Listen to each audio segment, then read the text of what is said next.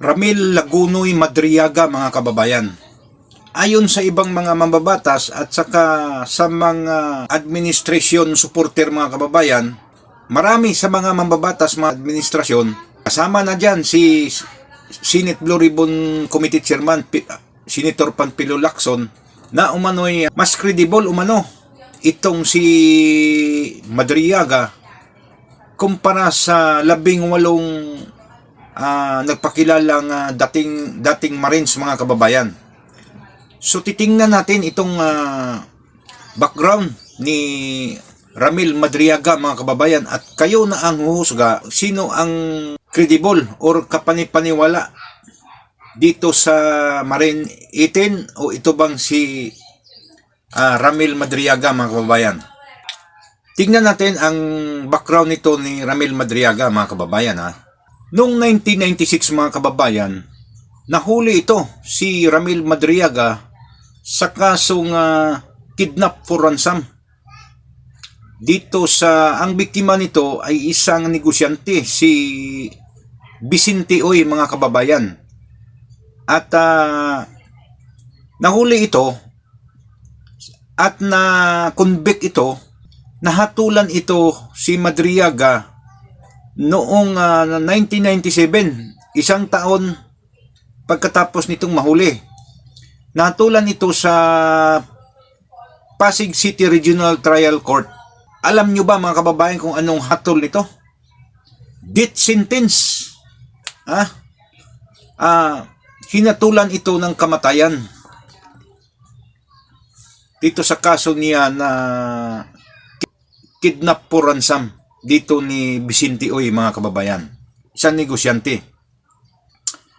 1997 yun siya, nahatulan. Noong 2003, 6 years after na hatulan siya. So nakulong ito ng 6 na taon bago ma-reverse. Ibig sabihin, noong 2003, napawalang sala siya sa kasong kidnap for ransom na natulan siya ng kamatayan. So napawalang sala siya noong 2003. Binawi ng Korte Suprema ang hatol ng Pasig City Regional Trial Court na kamatayan. Hindi nakumbinsi ang Korte Suprema sa mga testimonya ng witness at hindi sapat ang mga ebidensya kung saan ibinasura ito ng Supreme Court, mga kababayan. So lusot siya, lusot siya sa kasong kidnap for ransom. 2023 July, mga kababayan. So 20 years, 20 years after nung pawalang sala siya. Nahuli na naman ito sa Cainta, Rizal. Kidnap for ransom pa rin ang nagiging kaso niya. So 2 Chinese national, mga kababayan, na inabduct niya noong June 2023 at nahuli siya July of the same year. So 1 month nahuli agad siya. Doon siya na bansagan na top 5 most wanted person in the Philippines. At siya yung tinaguriang founder ng Madriaga Kidnap for Ransom Group.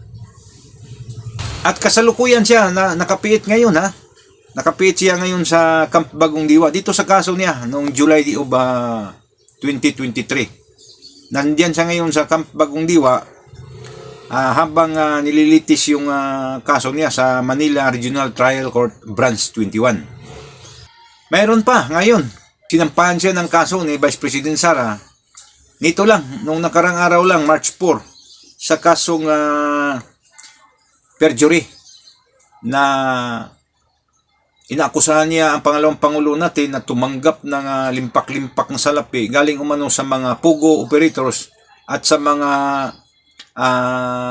drug lords. So, formal na sinampahan ni Vice President Sara Duterte ng perjury case. So, 2 ang kinakaharap ni Madriaga ngayong kaso, mga kababayan.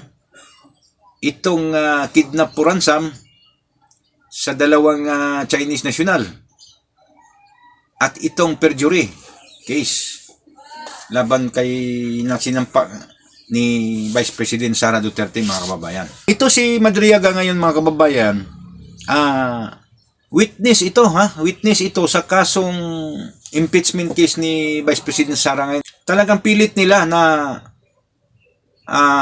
i-establish na very credible witness ito si Madriaga, mga kababayan, dahil umano'y ang dami umanong alam dito ni Madriaga kay Vice President Sara Duterte bilang isang bagman na umano'y si Madriaga umano ay staff at security aid umano ni Vice President Sara, mga kababayan.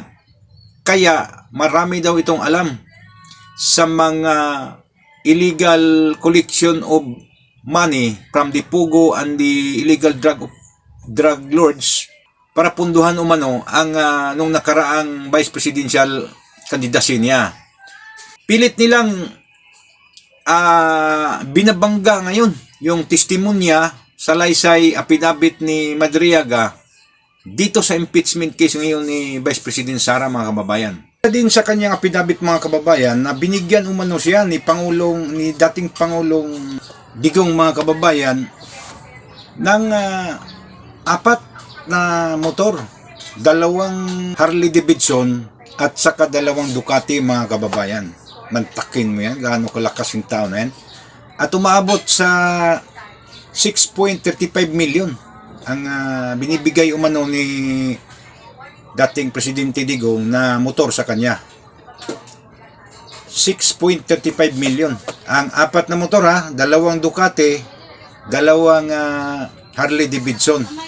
Ganon kalupit si Ramil Madriaga kay Presidente Digong, mga kababayan.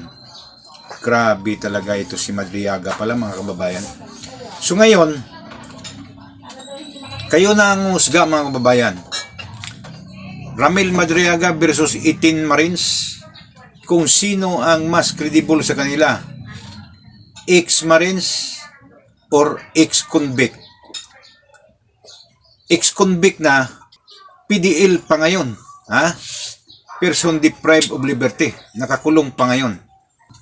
Kung sino ang sa tingin ninyo na mas kapanipaniwala sa kanilang mga sinumpaang salaysay. So, manatili tayong magmatyag, manatili tayong makikialam at makikibaka sa mga nangyayari ngayon sa ating bansa. Panalangin natin ang ating inang bayan para sa kapayapaan, kaligtasan at kaunlaran. Mabuhay tayong lahat, mabuhay ang Pilipinas.